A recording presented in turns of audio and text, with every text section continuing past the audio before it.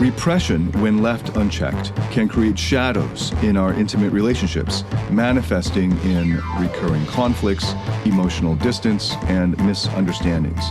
But with awareness, understanding, and mutual support, these very shadows can become pathways to profound intimacy, growth, and connection.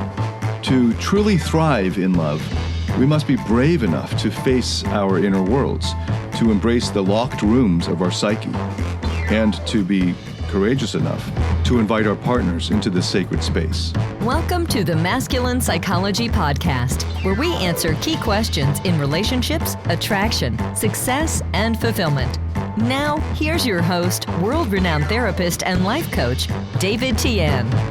Welcome to the Masculine Psychology Podcast. I'm David Tian, your host. In this episode, we're diving right into the heart of our emotional experiences as men. Today's topic is one that I think will resonate with many of us, especially if we've ever been told to hide our feelings or to just stop feeling something. And if you're able to take in what I'm sharing in this episode and implement it, then you'll be able to experience true happiness, fulfillment, and love as your most authentic you, without having to shove down your emotions or without having to live with the fear of being perceived as weak. And I know this might sound too good to be true for some of us, especially those of us who've been raised to believe that showing emotions or being emotional equates to being weak. But stick with me and we'll unpack this together. So first, the big why. Why are we focusing? Why should we focus on our emotions, especially if they're perceived as negative or maybe painful or out of control? Why would we focus on our emotions and our vulnerability when society and what we have come to believe as masculinity tells us otherwise? So that you can open up and feel your emotions while still wearing the mantle of, the man with pride and authenticity. Real strength isn't about suppressing emotions. It's about facing them, understanding them, and feeling through them to the next level of growth. True masculinity is about coming from a place of strength and non-neediness. It's about being emotionally available to yourself and to others. And that's the kind of real strength that is unshakable in a healthy way. So a lot of people have bought into this pervasive myth that to climb the ladder of success, whether it's your career or social circles or dating or your personal goals or endeavors, that you have to put on some kind of facade and repress your so-called negative emotions like sadness or shame or anxiety. Now, how did this myth get started and why is it going around so easily? It's because it's partly true that in the short term, psychological repression can work, but only in the short term for quick bursts of some kind of performance or performative success. I'm sure we've all been there, right? Like pulling an all-nighter to finish something at the last minute. And those brief hours or maybe weeks or even months when we push down our true feelings to get through a challenging situation, or maybe hyper-focusing on just one narrow area, maybe getting that app done or to a certain stage, to the exclusion of your entire personal life and your health. But relying on repression is not a long-term strategy. In the long term, relying on repression is really bad for your health, both mental and physical. Repressing parts of us that are having emotions that maybe the other parts of us don't like, when we repress those parts of ourselves, this only ensures that these parts will come back later and often in more disruptive ways. Whatever you resist persists. This is a lesson from Carl Jung. To be truly complete as individuals, to experience lasting fulfillment and happiness and joy, we must integrate all aspects of our being, including those parts of us and those emotions that we might be tempted to push away. Repressing any emotion means fragmenting ourselves, which leads to feelings of emptiness and a lack of fulfillment. You probably know Bessel van der Kolk, the author of this huge mega bestseller, The Body Keeps the Score. So he's a renowned trauma researcher, and he posits that repressed emotions, especially anything related to trauma, They don't just disappear. They're stored in our bodies, these repressed emotions.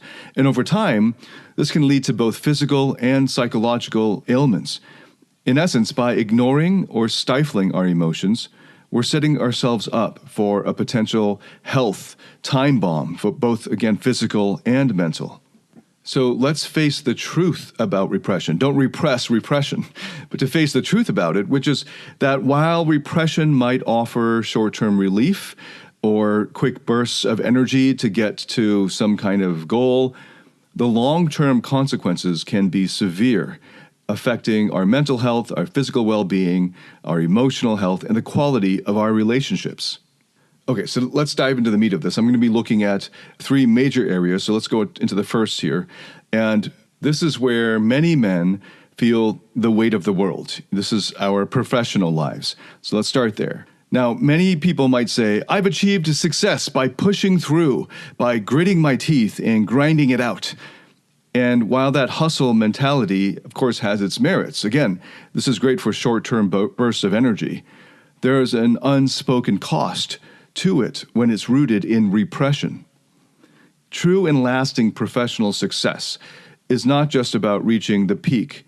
It's about enjoying the climb every step of the way and recognizing that it's not about the peak because hopefully you won't die right after. You have other years to live after that, and then you're going to have to find another peak to climb, and the whole thing begins again. And if you burned yourself out in that first peak, you're done. And if you didn't even enjoy the climb, and we're just waiting for the satisfaction of that one time when you get to the top, then you are in for massive disappointment. Contrast that with someone who not only enjoys being on the peak, of course, but enjoying the climb every step of the way. So that the climb itself, the work itself, doesn't even feel like work. And how can this be?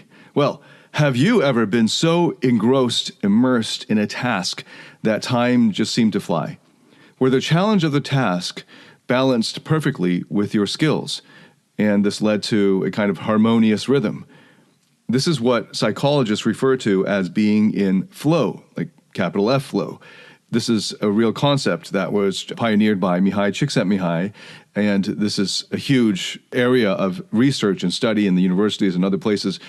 So this is almost uncontroversial that there is this state of flow. And the flow state is where work doesn't feel like work. It feels almost effortless, and it feels incredibly fulfilling and satisfying and pleasurable, even more so, the research shows us, than sex itself.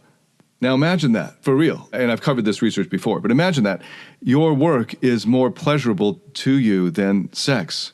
And I'm not talking about you being a porn star. This is what the research has actually found. To achieve this state of flow consistently and more often, it requires a congruence of our internal world with the external challenges. Repression works against this. By pushing down our emotions, by ignoring parts of ourselves, we disrupt this balance, and instead of flow, we find friction. Remember, our emotions aren't just fleeting feelings. They're signals pointing us to what we value, what we need, and where we should steer our lives. So when we repress, we're essentially flying blind, making it harder to align our actions with our authentic selves. And this misalignment can lead to burnout, dissatisfaction, and the haunting feeling of, is this all there is? On the flip side, embracing our emotions can lead to a richer professional life. It's about understanding what drives us, what fears hold us back, and what dreams propel us forward. By integrating all these different aspects of ourselves, by listening to those signals that our emotions are sending, we can navigate like our career paths, our work situations, our professional success with greater clarity and purpose. I've seen it in so many people that I've had the privilege to work with. When they stopped repressing and started embracing, their professional lives didn't just improve, they completely transformed. They found a lot more joy in their work. They built deeper connections with their colleagues. And most importantly, they felt a renewed sense of purpose, a much more clarified, refined sense of purpose in their work. So the next time that you find yourself pushing down an emotion, especially in your professional life, pause. Ask yourself, Is this suppression serving me in the long run, or is it taking me farther from the authentic success that I desire? Now let's move to the second area, physical health. The interplay between repression and our physical health. It's like a dance that plays out in so many lives, often behind the curtains, without us even realizing it. Let's start by painting a picture. Imagine your mind as a vast, intricate mansion with countless rooms.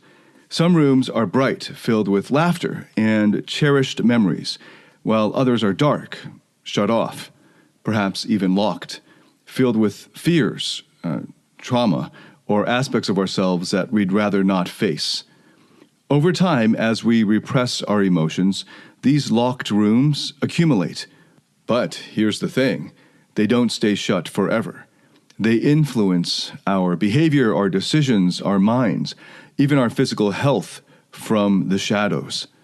Now, the tricky thing with our mind's mansion is that the locked doors don't just keep the pain inside.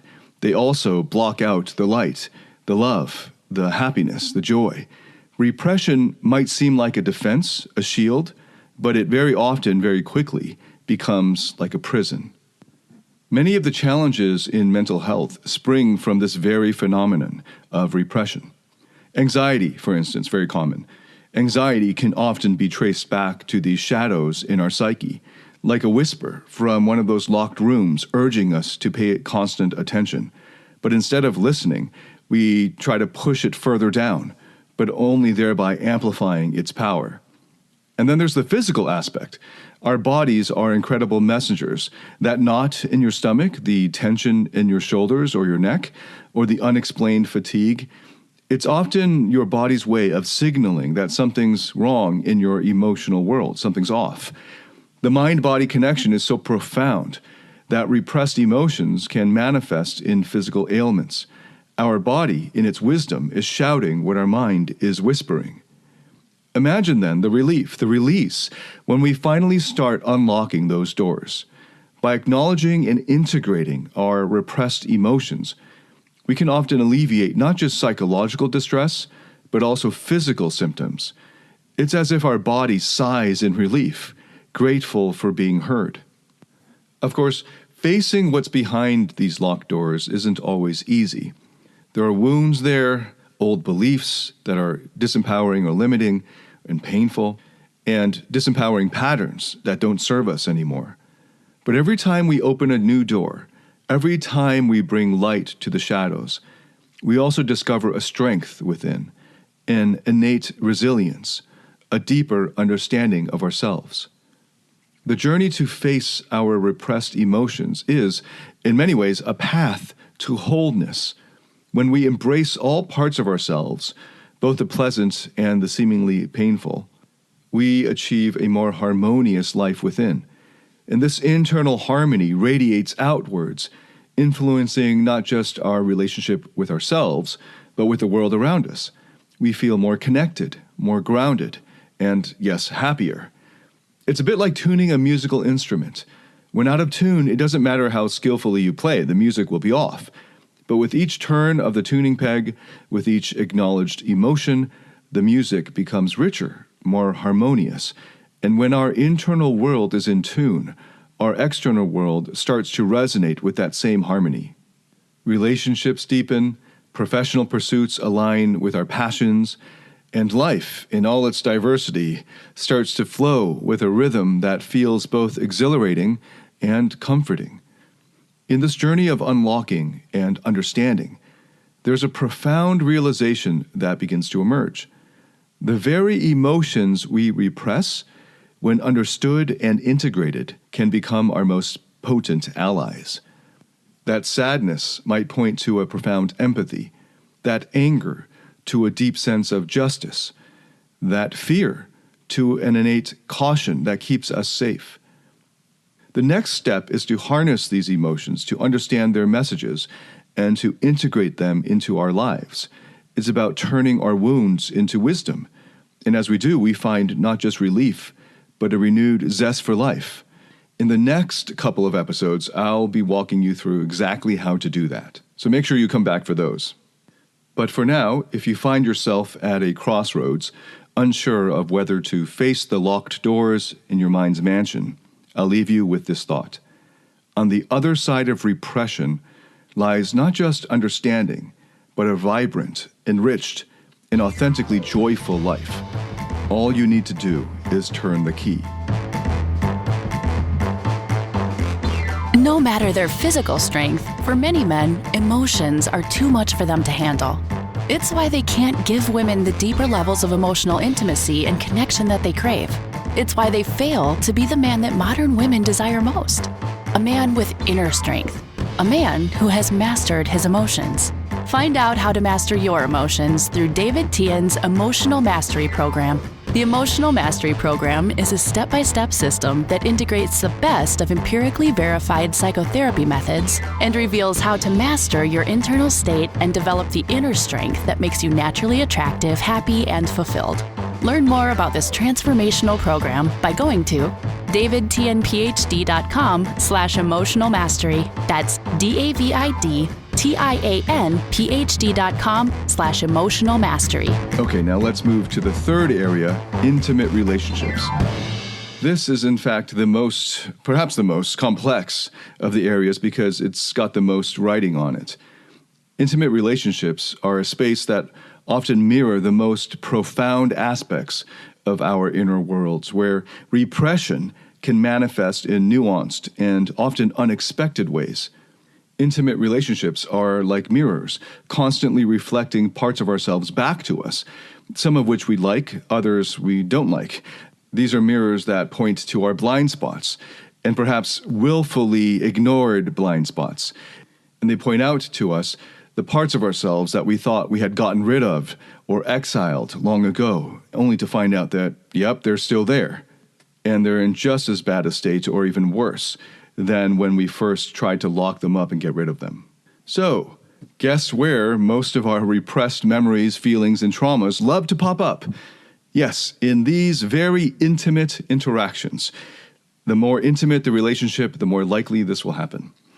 So let's go a little deeper. When we think of love, especially in a romantic context, there's an underlying yearning for wholeness, for a connection that fills the gaps within us.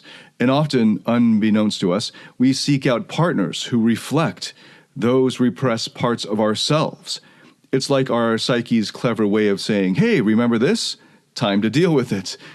This might explain why certain patterns, certain triggers, keep emerging in our relationships, especially the ones that become more intimate. Do you ever wonder why a specific action from your partner evokes such a strong, sometimes disproportionate reaction from you? Or vice versa, something innocent that you say triggers your partner into a completely disproportionate blow-up. It might very well be that you're touching a repressed memory or emotion there. So here's where it really gets interesting. In the dance of intimate relationships, repression doesn't just influence our reactions. It often dictates our unconscious choices. We gravitate toward partners who, in some mysterious way, hold the key to our locked rooms. They represent the very issues that we've been trying to push down, offering us an opportunity, though often a very challenging one, to confront and integrate these repressed parts. However, if both partners are repressed in their ways, it can become a tango of triggers, with both individuals continually setting each other off, often without understanding why, and it just escalates and spirals. This dynamic, though painful, is not without purpose. It's the soul's invitation to another level of healing, growth, and deeper connection. But for healing to happen, for the relationship to thrive, there needs to be awareness. Both partners must recognize the dance for what it is, an invitation to face the repressed shadows, both in themselves and in their partner, and to grow individually and as a couple. A crucial step here is to stop seeing each other as adversaries and start viewing the relationship like a joint venture, a JV in personal growth. It's about saying, hey, we're in this together. Let's figure out our triggers, understand our repressions, and support each other in this journey. Richard Schwartz, the founder of IFS Therapy, calls it the tormentor dynamic, where your tormentor becomes your mentor by tormenting you. By triggering you in these painful ways, it gives you an opportunity to see your blind spots, the parts of yourself that you thought you had exiled or disowned or gotten rid of completely, but that you find out are still there in pain and are yearning for love and connection and understanding. And when you can go to them with appreciation and love and compassion, they then soften and heal and over time become integrated into your overall inner system. And when that happens, you'll discover a whole other level of unconditional love, of happiness, joy, and fulfillment. So actually, in an intimate relationship, the very issues that seemed insurmountable become stepping stones if viewed in the right way. Every conflict becomes an opportunity to understand yourself and your partner better. And as understanding grows, so does compassion for yourself and for your partner. And in this context, vulnerability becomes strength.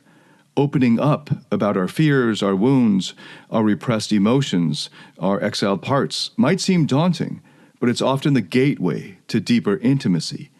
By showing all of who we are, warts and all, we invite our partners to do the same, and thus setting up in this shared vulnerability, in this mutual unveiling, the essence of true intimacy. But it's crucial to remember that this journey is not always linear. There will be missteps, misunderstandings, moments of doubt, and times when we may be going farther than we're capable of, or it's too challenging and it overrides or overwhelms our current skill level in handling it. But with every hurdle crossed, the relationship can grow stronger, more resilient, more anti-fragile. Now, a word of caution. While intimate relationships can indeed be a powerful catalyst for confronting and integrating our repressed emotions and parts, they shouldn't be the only avenue. Expecting your partner to be the sole healer can be overwhelming for them and limiting for you, and also violating their boundaries. It's essential to also seek growth and healing outside the relationship, be it through personal reflection, therapy, or other avenues. Okay, so let's recap what we've got so far.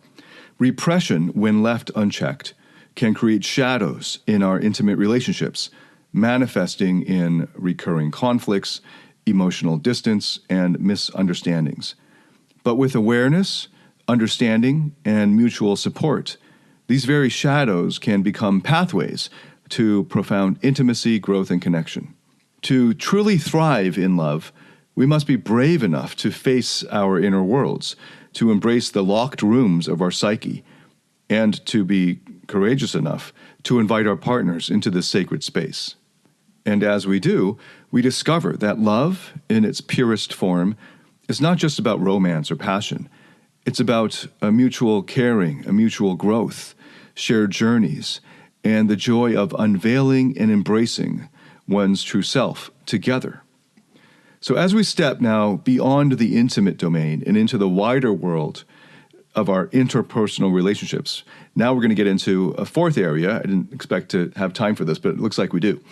The fourth area of interpersonal relationships, where we uncover yet another layer of the complex tapestry that's human interaction.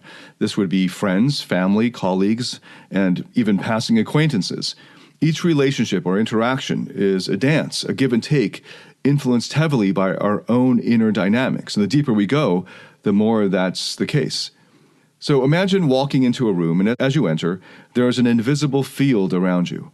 This field, unknown to you, contains all your repressed thoughts, emotions, experiences. Everyone that you interact with in some way senses this field, even unconsciously.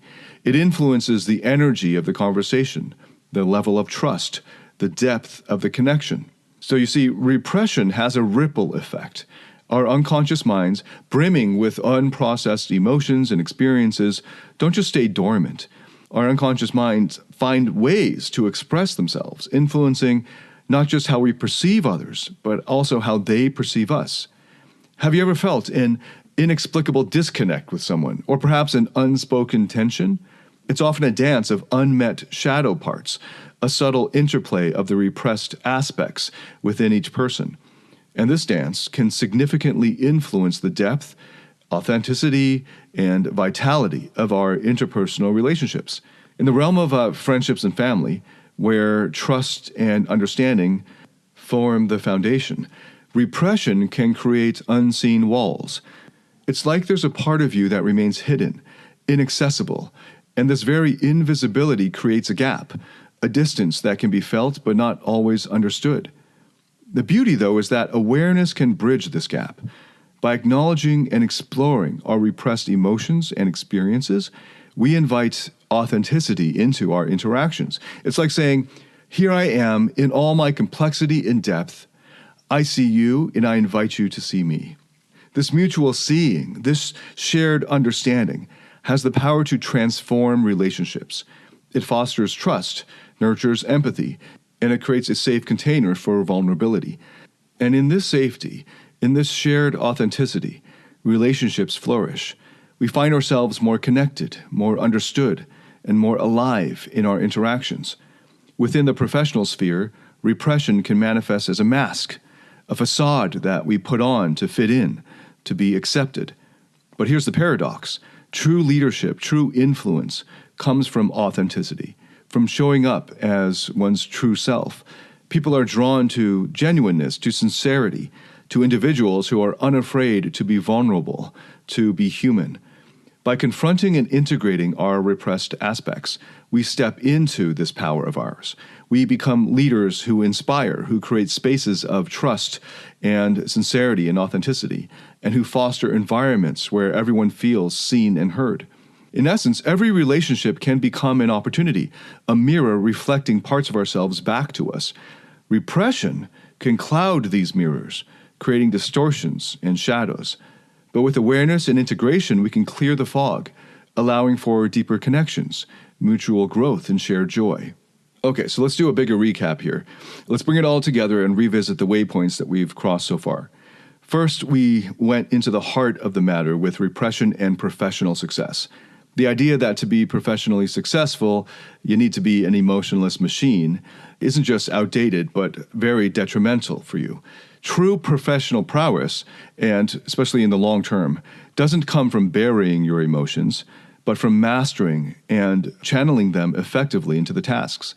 The most impactful leaders, innovators, and game changers are those who've embraced their authentic selves, not those who've hidden behind masks. And I went into this concept of flow and how much more enjoyable it is when you aren't repressing, but instead allowing all these different parts of yourselves, including the ones that you might have tried to lock up, you're allowing all of them to experience this joy of the activity itself. And in that way, it's the professional success in your career is much more sustainable and enjoyable the whole way. You've already won the prize from the first second. Then we went into the second area here, the intricate realm of physical health and happiness. The web of repression is complex, and it casts shadows on our physical, emotional, and mental well-being. I mentioned some now well-known research, thank goodness, that shows how repression is like a pressure cooker. Without a release, it can lead to a ton of issues, from stress and anxiety to more severe mental health challenges, as well as, of course, physical ailments. Then we continued into the waters of intimate relationships. Repression here can create huge chasms between partners. True intimacy comes from a place of vulnerability, understanding, and shared emotional experiences. When parts of us are locked away, repressed into the darkness, true connection is almost impossible.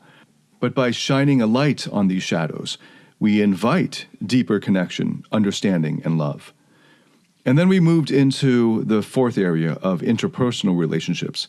From friendships to professional connections, repression acts as an invisible barrier, preventing us from truly connecting, understanding, and being understood. And in repression's absence, there's space for trust, sincerity, and authenticity and genuine connection. To truly grasp the gravity of repression, let's contemplate its severe consequences. At its worst, repression can lead to a life not fully lived, one marred by unexpressed pain, unresolved traumas, unfinished business, and a constant feeling of disconnection. It can manifest in chronic physical ailments, debilitating mental health conditions, and relationships that feel shallow and unfulfilling. But let's not end on that note. Instead, imagine a world where repression has no hold over you. You can close your eyes and visualize waking up each day with a heart light and free from the burdens of unprocessed emotions.